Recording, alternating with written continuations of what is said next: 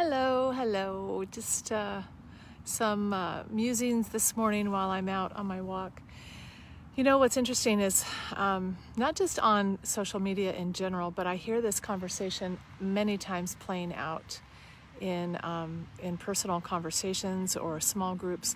What are we going to do? What are we going to do? What's going to happen? Lots of fear leading up into the next 90 or so days specifically, but it will go on beyond that, I can guarantee you, because the thing that's distracting us is not the issue. That it's a distraction. And so this is my perception of what's to do. What's to do is notice the fear driving. Notice the energy you have around all the wrong things happening, right? Like that is exactly the flesh or our survival brain wiring my book talks about. It's the thing that's going to draw your attention. It's so interesting because I have wonderful, amazing, loving and kind friends on both sides of this. Like there's parallel realities going on. So it's like I'll see a post and think it's going to be talking about one side of the aisle, and oh my gosh, it's the other side. It's about whatever. It's like, don't you guys see? Like, please see. I'm begging you and asking your soul to see what's really going on here. We are distracted by the ground level issues. We're distracted by the election. We're distracted by COVID. We're distracted by masks. We're distracted by vaccines. We're distracted by even the child sex pedophile issue can be a distraction. A distraction from what, Kim? All right, here's my the gospel according to Kim today. But it isn't my gospel. It's the gospel of love, and it's the gospel that we were created from, which is oneness. We are all one. You know that person that has a completely different opposite opinion than you? They are part of you.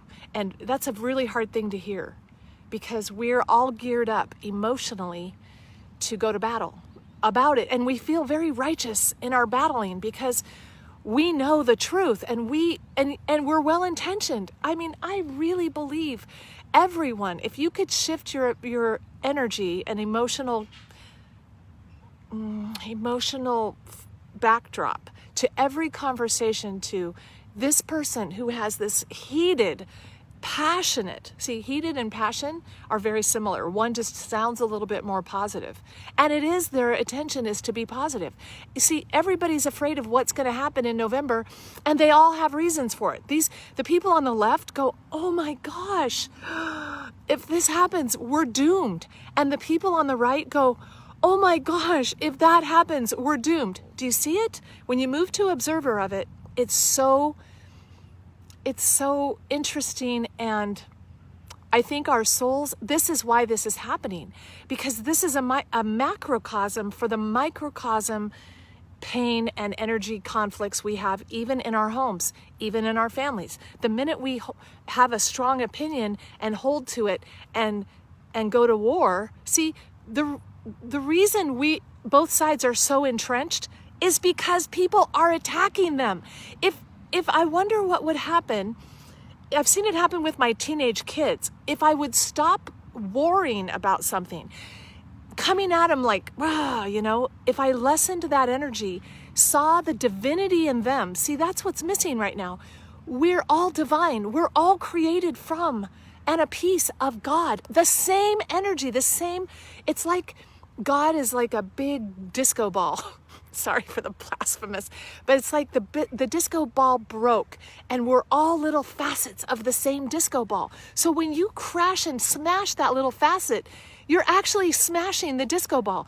Like, let's say we're all just this body laying on a table, and the humanity as we know it is this body. And guess what? When you stab that body, you're actually stabbing you.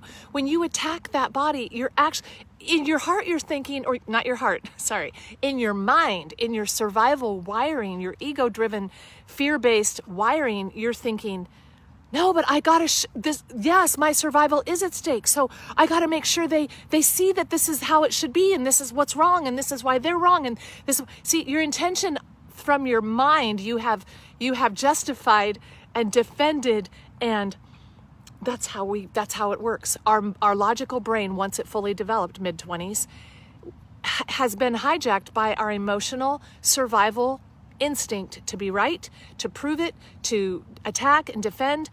And so that's to attack. And so what happens is anytime you're attacked, your natural survival brain, ego-based instinct is to defend. So when I would bring up, like I'm back to my teenage kids, when I would and I shifted to seeing them as needing to have this freedom, needing to feel loved, needing to feel accepted, needing to not be mandated at every move, needing to let go and let God, because they really were God's. And guess what this world really is? It's God's. It's not on us to protect and defend. It is our only responsibility, our only call. I'm in a park. Good. I'm glad I get all worked up. But our only call, really, the only thing is let go of what you think your role is in the playing out of what's happening in the world. It's a very hard thing to hear. Not many of you probably will hear it, and many of you might hate me right now, and that's okay. So just think about this for a minute. You are not in control. We are not in control. And so let go of the need to attack and defend. If you approach an attacker, see, if you're attacking and you might think, well, I have to let him know how I feel, Kim. Really? Do you? Is that what you're called to do? Or are you called to say, you know what? I love you no matter what. No matter what you believe, I know your heart, and you can't fake this part. Your heart sees. It's namaste, right? The divine in me sees the divine in you, and that is not going to come natural. You're going to have to do some deep breathing and some rewiring to the who you are, because you're only going to see in others what you see in you. That's why the scripture says, love your neighbor as yourself, because until you love yourself and see yourself as divine, you won't really have a hope of seeing the divinity in the other person. And so, so many facets to this. What is my role? My role isn't to protect the earth and to protect our planet and to protect our country and to make sure that we get back to the founding father. See, all that, this energy, I'm not saying what you're saying specifically is wrong or right. I'm not even that playground at all. The playground I want to move everyone to is the new conversation about, but who am I and why am I, sorry, another phone call. Why am I attacking and defending? I'm not in charge. Let go. Let go.